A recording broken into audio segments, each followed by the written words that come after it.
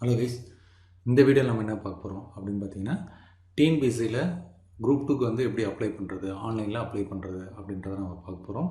So group 2, group 4 எதுவாக இருந்தாலும் சரி, நீங்கள் டிஎன்பிஎஸ்சி வெப்சைட்ஸில் போய்ட்டு நீங்கள் அப்ளை பண்ணிக்கலாம். ஸோ இதுக்கு முன்னாடி நம்ம வந்து ஒன் டைம் ரிஜிஸ்ட்ரேஷன் எப்படி பண்ணுறதுன்னு சொல்லி போட்டிருப்போம். ஸோ நீங்கள் இந்த டிஎன்பிஎஸ்சியில் எந்த ஜாப்க்கு அப்ளை பண்ணுறதா இருந்தாலும் ஒன் டைம் ரிஜிஸ்ட்ரேஷன் ஃபஸ்ட்டு நீங்கள் ரிஜிஸ்டர் பண்ணியிருக்கணும். அது பண்ண பிறகு உங்களுக்கு யூசர் நேம் பாஸ்வேர்டு வந்து அலாட் பண்ணி கொடுத்துருவாங்க. அதை நீங்களே செட் பண்ணிப்பீங்க. அந்த யூசர் நேம் பாஸ்வேர்டு வச்சு தான் அடுத்தடுத்த போஸ்ட் வரும்பொழுது நீங்கள் அப்ளை பண்ணலாம். ஓகேங்களா? அப்போ இது பேசிக் நீங்கள் தெரிஞ்சிக்க வேண்டியது. ஒன் டைம் ரிஜிஸ்ட்ரேஷன் பண்ணிவிட்டு அதுக்கப்புறம் குரூப் 4ஓ குரூப் 2ஓ எதுக்கு வேணாலும் நீங்கள் அப்ளை பண்ணலாம். ஓகேங்களா? ரைட், எல்லாமே ஒரே வெப்சைட் தான். ஸோ இப்போ நம்ம குரூப் 2க்கு அப்ளை பண்ண போகிறோம். டிஎன்பிஎஸ்சி குரூப் 4 அப்படின்னு போட்டிருக்கு. நீங்கள் குரூப் 2 கூட நீங்கள் போட்டுக்கலாம். ஸோ போட்டு ஜஸ்ட் கொடுத்தீங்கன்னா tnpsc.gov.in சொல்லி இந்த வெப்சைட் வரும். ஸோ கிளிக் பண்ணிங்கன்னா இதில் அப்ளை ஆன்லைன் அப்படின்னு சொல்லியிருக்கோம். அதை கிளிக் பண்ணுங்கள். அது இன்னொரு வெப்சைட் போகும். இங்கிலீஷில் கொடுத்தீங்கன்னா உங்களுக்கு அண்டர்ஸ்டாண்ட் பண்ணுறதுக்கு ஈஸியாக இருக்கும். சிலருக்கு தமிழ் தான் புரியும் அப்படின்னா நீங்கள் தமிழை நீங்கள் எடுத்துக்கலாம். ஓகேங்களா? எடுத்துகிட்டு இதில் அப்ளை நவ் அப்படின்னு சொல்லிட்டு இந்த ஆப்ஷனை செலக்ட் பண்ணிக்கோங்க. ஸோ பண்ணும்பொழுது அவங்களுக்கு ஏற்கனவே வந்து குரூப் 4க்கு அப்ளை பண்ணியிருக்காங்க, ஒன் டைம் ரிஜிஸ்ட்ரேஷன் பண்ணியிருக்காங்க. அந்த ஒன் டைம் ரிஜிஸ்ட்ரேஷனுக்கான யூசர் நேம் பாஸ்வேர்டை ஃபஸ்ட் இங்கே டைப் பண்ணிவிட்டு லாகின் பண்ணி உள்ளே போகணும். இல்லாதவங்க புதுசாக க்ரியேட் பண்ணுற மாதிரி இருக்கும். ஓகேங்களா? கொடுத்துட்டு இங்கே யூசர் நேம் பாஸ்வேர்ட் கொடுத்துட்டு 30+4 34 அப்படின்னு சொல்லிட்டு இந்த கேல்குலேஷன் போட்டு சப்மிட் சொல்லி கொடுங்க. அது கேப்சா கோடு மாதிரி. ஸோ இப்போ இதில் என்னென்னா இவங்களுடைய ஆதார் வந்து இன்னும் அட்டாச் பண்ணாமல் இருக்காங்க. அதனால் அந்த மெசேஜ் காட்டுது. ஸோ அப்போ இதை வந்து நீங்கள் அட்டாச் பண்ணுறீங்களா அப்படின்னு சொல்லி கேட்குது. நம்ம என்ன பண்ணோம், எஸ்ன்னு சொல்லிட்டு இங்கே கொடுத்துட்டு சென்ட் ஓடிபி அப்படின்னு சொல்லிட்டு அந்த இடத்துல ஓடிபி வந்து கொடுங்க.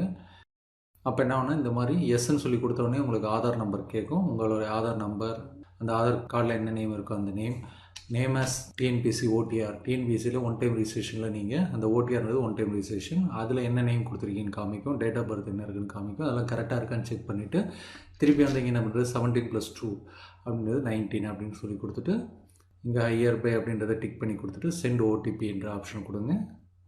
கொடுத்தீங்கன்னா உங்கள் செல்லுக்கு மெசேஜ் வரும். இதை கன்ஃபார்ம் பண்ணிவிட்டு அந்த ஓடிபி என்ன வருமோ அந்த ஓடிபி வந்து இங்கே டைப் பண்ணணும்.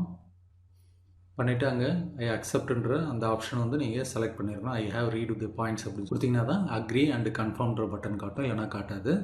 கொடுத்துட்டு சக்ஸஸ்ஃபுல் வெரிஃபைடு யுவர் ஆதார் அப்படின்னு சொல்லி வருது. ஓகேங்களா? ஸோ அப்போ ஆதார் வந்து அட் அ டைமில் நம்ம அப்ளையும் பண்ணுறோம், அதே சமயத்தில் ஆதாரை வந்து அட்டாச் பண்ணிட்டோம். இப்போ வந்து click to apply group 2 services அப்படின்னு சொல்லி வருது. நம்ம அதில் குரூப் 2 வந்து நம்ம அப்ளை பண்ண போகிறோம். ஸோ அதில் ரெக்ரூட்மெண்ட் டீட்டெயில்ஸ் அப்படின்ற அந்த டீட்டெயில்ஸ்லாம் காமிக்கும். ஸோ அதில் போய் நோட்டிஃபிகேஷன்லாம் கிளிக் பண்ணி பார்த்தீங்கன்னா உங்களுக்கு வந்து அதில் என்ன டீட்டெயில்ஸ் சொல்லியிருக்காங்க, குவாலிஃபிகேஷன் என்ன கொடுத்துருக்காங்க அப்படின்றத ரீட் நோட்டிஃபிகேஷனும் ரீட் இன்ஸ்ட்ரக்ஷன் டு அப்ளிகன்ஸ் அப்படின்றதில் வந்து எப்படி ஃபில் பண்ணுற டீட்டெயிலும் தமிழில் நீட்டாகவே கொடுத்துருக்காங்க. ஸோ சேவ் அண்ட் கண்டினியூ அதை நீங்கள் பார்த்தும் நீங்கள் பண்ணிக்கலாம். இப்போ பார்த்தீங்கன்னா அப்லோட் ஃபோட்டோ, அப்லோட் சைன் சொல்லி கேட்குது. ஸோ இப்போ ஃபோட்டோ வந்து நீங்கள் இப்போ ரீசெண்டாக எடுத்த ஃபோட்டோவாக இருக்கணும். அதுதான் இப்போ கொடுக்குற மாடல் எப்படி சொல்லியிருக்காங்கன்னா உங்கள் ஃபோட்டோ போட்டு இந்த இடத்துல நேம், அந்த ஃபோட்டோவில் இந்த நேமும் அதுக்கப்புறம் நீங்கள் என்ன டேட்டுக்கு அந்த ஃபோட்டோ எடுத்தீங்க அப்படின்ற டீட்டெயிலும் எவ்வளோ சென்டிமீட்டர் அது இருக்கணும். பார்த்தீங்கன்னா ஹைட் வந்து 4.5, வித் வந்து 3.5 அப்படி இருக்கணும் அப்படின்னு சொல்லியிருக்காங்க. நீங்கள் அந்த மாடலில் வர மாதிரி நீங்கள் பார்த்துக்கணும். ஓகேங்களா? இதை நீங்கள் ஃபோட்டோ ஸ்டூடியோவில் சொல்லும் பொழுது ஃபோட்டோ எடுத்த பிறகு எனக்கு இந்த மாதிரி பேர் போட்டு கொடுங்க அப்படின்னு சொல்லிவிடுங்க. அப்புறம் நீங்கள் அந்த ஃபோட்டோஸ் வந்து ஸ்கேன் பண்ணணும். 300 dB வச்சு ஸ்கேன் பண்ணுங்க. ஸோ ஃபோட்டோவும் சிக்னேச்சரும் ஸ்கேன் பண்ணுறோம். ஸோ 300 dB வச்சு ஸ்கேன் பண்ணணும். அப்படி தெரியலன்னா நீங்கள் ப்ரௌசிங் சென்டர்ஸில் போனீங்கன்னா அவங்களே ஸ்கேன் பண்ணி கொடுத்துருவாங்க இது சைஸ்க்கு ஏற்ற மாதிரி. அப்படி இல்லைனாலும் நீங்கள் மொபைல் ஆப்ஸ் வந்து ஆஃபீஸ் லென்ஸுன்ற மாதிரி ஆப்ஸ் இருந்தால் அதை யூஸ் பண்ணி நீங்கள் பண்ணிக்கலாம். இப்போ நான் சூஸ் ஃபோட்டோன்னு சொல்லிவிட்டு ஃபோட்டோ ஜஸ்ட் Ctrl+C கொடுத்துறேன். அந்த ரூட்டை இங்கே Ctrl+V கொடுத்து அந்த கொடுத்தனா அந்த ரூட்டுக்கு போய்டும். ஓப்பன் கொடுத்தனா அந்த ஃபோட்டோ வந்து அட்டாச் ஆகிடும். ஓகேங்களா? இதில் date on which the photo was taken in studio, எப்போ எடுத்தீங்க ஃபோட்டோ அப்படின்னு சொல்லி கேட்குது. என்ன டேட் எடுத்தீங்களோ அந்த டேட்டை சொல்லிவிடுங்க. அதுக்கப்புறம் சேவ் ஃபோட்டோன்னு சொல்லி கொடுத்துங்க. அதே மாதிரி சூஸ் சிக்னேச்சர் அப்படின்றதும் அந்த 300 dB வச்சு பண்ணிங்கன்னா கரெக்டாக இருக்கும் உங்களுக்கு சைஸு. அட்டாச் பண்ணியாச்சு. நேம் ஆஃப் த அப்ளிகேண்ட்டில் இப்போது அந்த உங்களுடைய நேம் வந்து இதில் செலக்ட் பண்ணி கொடுங்க. டேட் ஆஃப் பர்த்தும் உங்களுடைய டேட் ஆஃப் பர்த் என்னவோ அதையும் கொடுங்க. ஜெண்டரில் ஃபீமேல், இவங்க ஃபீமேல் கேண்டிடேட்னால ஃபீமேல். அப்புறம் என்ன கேஸ்ட் அப்படின்றத செலக்ட் பண்ணோம். இவங்க SCA கேண்டிடேட்டு. மொபைல் நம்பர் கொடுக்கும்போது இப்போ இவங்க என்ன ஆயிடுச்சுன்னா ஒன் டைம் ரிஜிஸ்ட்ரேஷன் பண்ணும்போது ஒரு மொபைல் நம்பர் வச்சுருந்தாங்க. இப்போ வந்து அந்த மொபைல் நம்பர் மாற்றிட்டாங்க.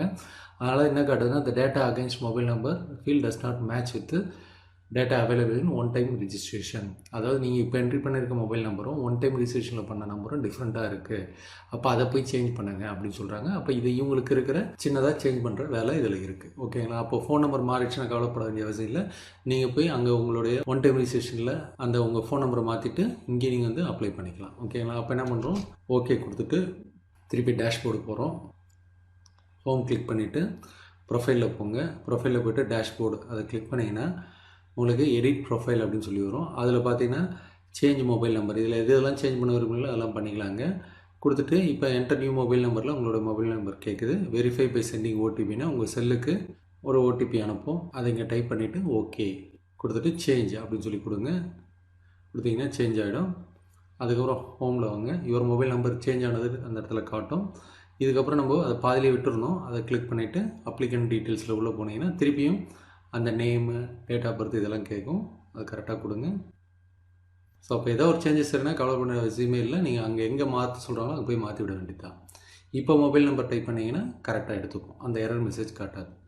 மெயில் ஐடி அதே மாதிரி மெயில் ஐடிலேயே நீங்கள் எதோ மாற்றிருந்தீங்கன்னா அங்கே போய்ட்டு இன்னொரு மாற்றி சொல்லிக்கலாம். கொடுத்துட்டு ஐ சர்டிஃபை அப்படின்னு சொல்லி கொடுத்துட்டு சேவ் அண்ட் ப்ரொசீட்னு சொல்லி கொடுங்க. இப்போ அடுத்தது வந்து கம்யூனிட்டி சர்டிஃபிகேஷன், அதுவும் கரெக்டாக இருக்கான்னு செக் பண்ணிங்க. எதாவது மாற்ற வேண்டியதுனால் மாற்றிக்கலாம். அதுக்கப்புறம் ஸ்பெஷல் கேட்டகரியில் டிஸ்ட்ரிபியூட் விடோவா, நீங்கள் விதவையான்னு கேட்குது. ஆதரவற்ற விதவையா அப்படின்ட்டு நோ. அப்புறம் உடற் குறைபாடு உள்ளவரான்னு சொல்லி கேட்குது. ஊனமுற்றவரான்ட்டு நோ. அப்புறம் எக்ஸ் சர்வீஸ் மேனா அப்படின்னு சொல்லி கேட்குது. அதுக்கும் நோ. இப்போ நீங்கள் அந்த கேட்டகரியில் வந்தீங்கன்னா எஸ் கொடுத்துட்டு அதுக்கான டீட்டெயில்ஸ் கொடுத்துக்கலாம். இல்லைனா விட்டுருங்க. எம்ப்ளாய்மெண்ட் ஸ்டேட்டஸில் நோ. ஃபிசிக்கல் ஸ்டாண்டர்ட்ஸ் இருக்கீங்கன்னா எஸ்ஸு. விஷனில் கண் பார்வையில் ஏதாவது குறை இருக்கா அப்படின்னு கேட்குறாங்க. அதில் நார்மலாக இருக்குன்னா எஸ் கொடுத்துங்க. ஸோ இப்போ எலிஜிபிலிட்டி ஃபார் அப்பாயின்மெண்ட் அப்படின்றது பார்த்தீங்கன்னா are you married to any person who has another living wife அப்படின்றது அது வந்து நோ கொடுத்துக்கலாம். ஸோ ஐ சர்டிஃபிகேட் கொடுத்துட்டு சேவ் அண்ட் கண்டினியூ அப்படின்னு சொல்லி கொடுத்துட்டு நெக்ஸ்ட் இதுக்கு போங்க.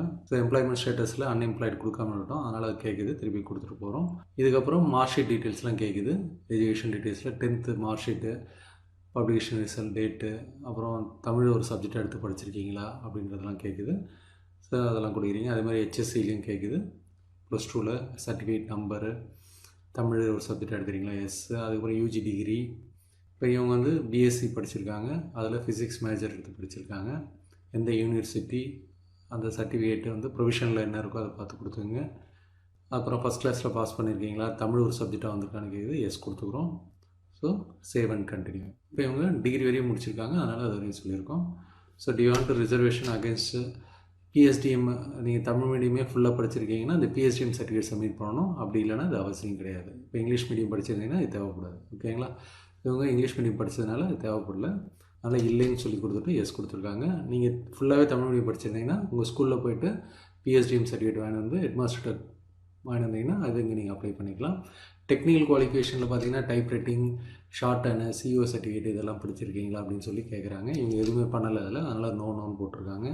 சிஓஏ கோர்ஸ் ஆன்லைனில் எங்கள்கிட்ட படிக்கணும் அப்படின்னு விருப்பப்பட்டீங்கன்னா, கவர்மெண்ட் சர்டிஃபிகேட் நீங்கள் வாங்க விருப்பப்பட்டீங்கன்னா ஜஸ்ட் 2500 நீங்கள் படிக்கலாம். எங்களோட ஜிபே அக்கௌண்ட்டில் 2500 கட்டிவிட்டு எங்கள் வாட்ஸ்அப் நம்பருக்கு டீட்டெயில்ஸ் அனுப்பிச்சி விட்டிங்கன்னா உங்களுக்கு ஒரு அக்கௌண்ட் க்ரியேட் பண்ணி கொடுத்துருவோம், லேர்னிங் அக்கௌண்ட்டு. அதில் இந்த சிலபஸ் எல்லாம் வந்துடும். Word, Excel, PowerPoint, COA book, plus வந்து ரெக்கார்ட் நோட்டை எப்படி எழுதணுன்ற டீட்டெயில் எல்லாமே உங்களுக்கு போட்டு அனுப்பிச்சி விட்ருவோம். நீங்கள் உங்கள் வீட்டில் இருந்துக்கிட்டே இந்த சிஓஏ எக்ஸாமுக்கு நீங்கள் படித்து எக்ஸாம் எழுதி பாஸ் பண்ணலாம். விருப்பம் இருக்கிறவங்க கொடுத்துருக்கிற ஜிபே அக்கௌண்ட்டு பேமெண்ட் கட்டிவிட்டு கொடுத்துருக்க வாட்ஸ்அப் நம்பருக்கு மெசேஜ் அனுப்பிச்சி விடுங்க. ஓகேங்களா? இதெல்லாம் குரூப் 4ல் தேவைப்படக்கூடிய ஒன்றா இருக்கும். So COA certificate, computer certificate இது, அதுலேயும் இன்னும் அப்புறம் ஐசிடபிள்யூஏ அந்த ஏதாவது சர்டிஃபிகேட் வாங்கியிருக்கேன்னு கேட்குறாங்க. மீதியெல்லாம் இதில் இருக்கிறது எல்லாமே அதில் வந்து டிக் கொடுத்துட்டு சேவ் அண்ட் கண்டினியூ போங்க.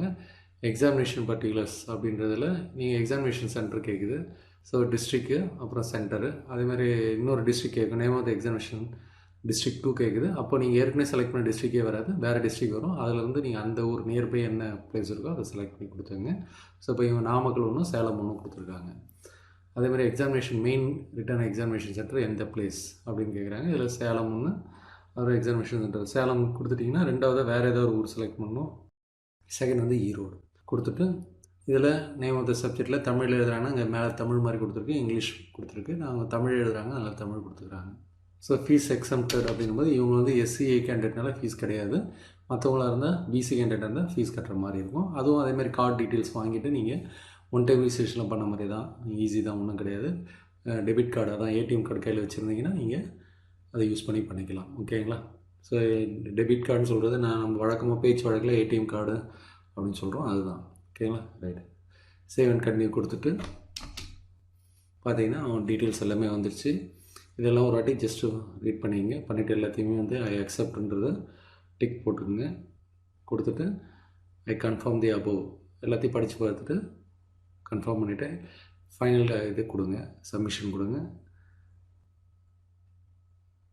இல்லை நீங்கள் மாற்றினீங்கன்னா பேக் டு எடிட்டில் போய்ட்டு மாற்றிக்கலாம். இப்போ பிரிண்ட் எடுக்கிறது நீங்கள் பிரிண்ட் எடுத்துக்கலாம். ஓகேங்களா? இதுவும் நம்ம ரெஃபரன்ஸ்க்காக கையில் வச்சுருக்க காப்பி தான். அப்படி இல்லைனாலும் யூசர் நேம் பாஸ்வேர்ட் கொடுத்து உள்ளே போனீங்கன்னாவே இந்த டீட்டெயில்ஸ் எல்லாமே இருக்கும் உங்களுக்கு. ஓகேங்களா? பிரிண்ட் அவுட் எடுக்கணுன்ற அவசியம் கிடையாது. ஒர்க் முடிச்சிங்கன்னா லாக் அவுட் கொடுத்துட்டு வெளியே வந்துடுங்க. ஓகேங்களா? ஸோ இது குரூப் 2க்கு இது அப்ளை பண்ணுற மாடல். இதே ஆர்டரில் தான் குரூப் 4 மற்ற எந்த ஒரு டிஎன்பிஎஸ்சி இது கேட்டிருந்தாலும் இதில் தான் வருமே தவிர, மோரர்லெஸ் கொஞ்சம் தான் முன்ன பின்ன குறையும். அந்த குவாலிஃபிகேஷன் டீட்டெயில்ஸில் இது மட்டும் தான் குறையுமே தவிர, முன்ன பின்ன வருமே தவிர மீதி எல்லாமே சேமாக தான் இருக்கும். ஓகேங்களா? ஸோ ஒரிஜினல்ஸ் கையில் வச்சுருங்க அப்ளை பண்ணும்பொழுது. அப்போ தான் அதில் கேட்குற நம்பரு டீட்டெயில்ஸ் எல்லாமே சொல்லலாம். ஜெராக்ஸ் காப்பி இருந்தாலும் ஒன்றும் பிரச்சனை இல்லை. நம்பர்லாம் கரெக்டாக இருக்கிற மாதிரி பார்த்துங்க. ஓகேங்களா? ரைட். ஸோ அப்போது டிஎன்பிஎஸ்சியில் குரூப் 2 2020-22 மாடல் எப்படி அப்ளை பண்ணுறோம் அப்படின்றத நம்ம பார்த்தீங்க. தேவைப்படுறவங்க இதை பயன்படுத்திக்கங்க. மீண்டும் ஒரு வீடியோவில் சந்திப்போம். நன்றி, வணக்கம்.